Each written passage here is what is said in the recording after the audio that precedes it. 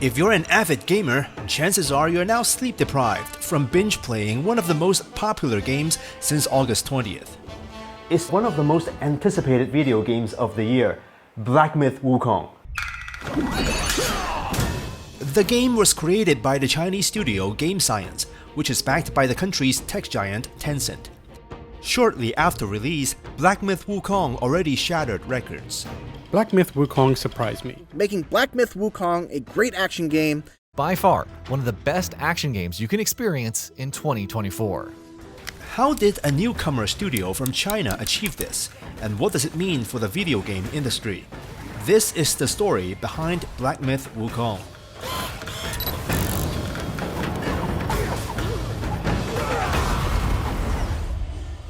The first factor is literally plain to see: the gorgeous graphics. My graphic card's burning right now. But there's more to the story. Game Science used a cutting-edge tool called Unreal Engine 5, a graphics development software that was only announced in 2020.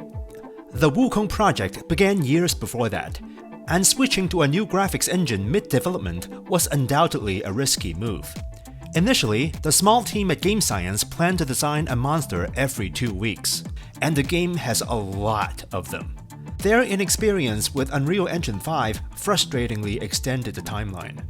What they needed was more talent. So, in August 2020, they did this. Using what they had, Game Science released the first trailer for Black Myth Wukong. What was meant to be essentially a recruiting ad turned into an overnight sensation. Game Science's inbox was flooded with over 100,000 resumes in just a couple of days. This turning point eventually helped the studio deliver the game in 2024 with the quality they had promised. But what solidified the milestone status of this game for many Chinese gamers who wrote page after page of these positive reviews go beyond gameplay itself, of course. The game incorporates elements of traditional Chinese architecture and art. It gives players a unique cultural experience. In fact, the developers traveled around China, scanning actual historical sites to create these aesthetically stunning settings. For example, these are called cai su, or colored sculptures, and are mostly found in China's northern Shanxi province. According to Chinese art experts, the mystical atmosphere they create is perfect for the game setting. It creates an otherworldly realm within our real space, a distant, imagined world. Color sculpture is a unique Chinese art form that combines sculpture and painting. The figures are not only sculpted but also painted with detailed clothing to bring them to life. And these ancient statues in the game have also captivated many players. Whoa. I can't wait to go to China, bro. I'm doing a full tour. The originals of these statues are also located in the same Chinese region. They are personifications of China's 28 lunar mansions, which refer to the 28 regions of the sky that the moon passes through in its orbit. The postures and expressions are highly exaggerated. It vividly brings out the personalities of the 28 mansions shaped by our ancient understanding of nature.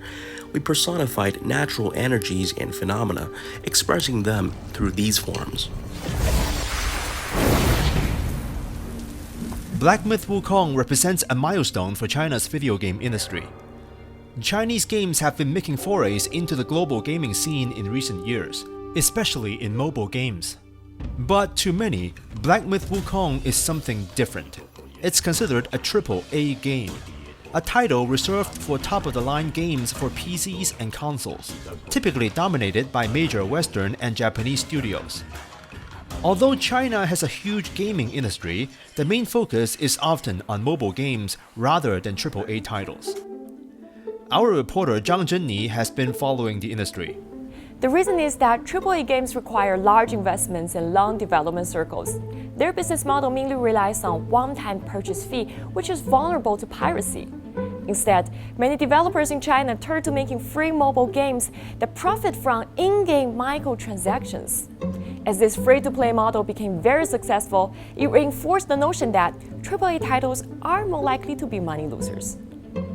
Therefore, when Tencent invested in game science in 2021, many were concerned that the tech giant would end up dictating the monetization strategies of Black Myth: Wukong.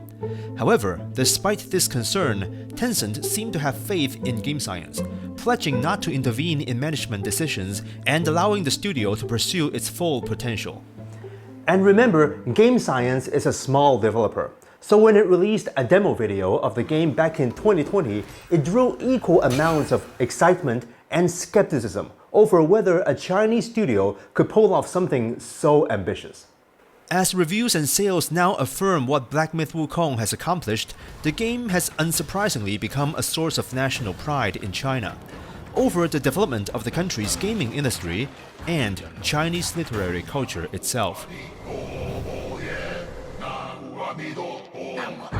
Wukong is a character in the classic novel Journey to the West, which for many non-Chinese gamers worldwide is known primarily through loosely adapted anime and games from outside China.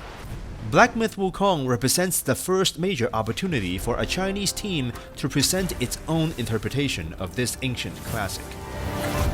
That's a big challenge for game science, especially in how they've set up the story. So, Black Myth: Wukong is a sort of a sequel to the classic Journey to the West and is packed with references to the original material. Some Western players who aren't familiar with the lore are saying that this could be a bit overwhelming. I had to look online to understand who Zhu Bajie was, what his history with Wukong is, and what the significance of certain encounters were, because otherwise I'd have been completely lost at times. 预设了一个大家都看过《西游记》的立场。 Game science assumes its players have already read Journey to the West, but for international media, requiring this knowledge to understand the story is quite confusing. 确实是一个比较困惑的一点。 But on the other hand, it did encourage many players to actively read up on the backstory, simply because how good this game is. Journey to the West. It's a really old, important Chinese story from like the 1600s. In the novel, Sun Wukong is a monkey born from stone who acquires supernatural powers through Taoist practices. This also has to do with familiarity built over time. For example, many players around the world gradually became acquainted with Greek mythology through the multitude of video games based on it over the years. The same could happen with games based on Chinese lore, assuming we see more of them in the future. 我觉得黑神话悟空打。 I think Black Myth: Wukong has made a very strong first step. For the longest time, I got to play as Japanese ninjas, Arab assassins, and Greek gods, and now I'm playing as this powerful Chinese monkey in a AAA game. With the game's initial success, it appears that China has secured a spot in the major league of gaming. This could bring a significant shift in the industry, as deep-pocketed Chinese investors will now view the potential of homegrown AAA games differently.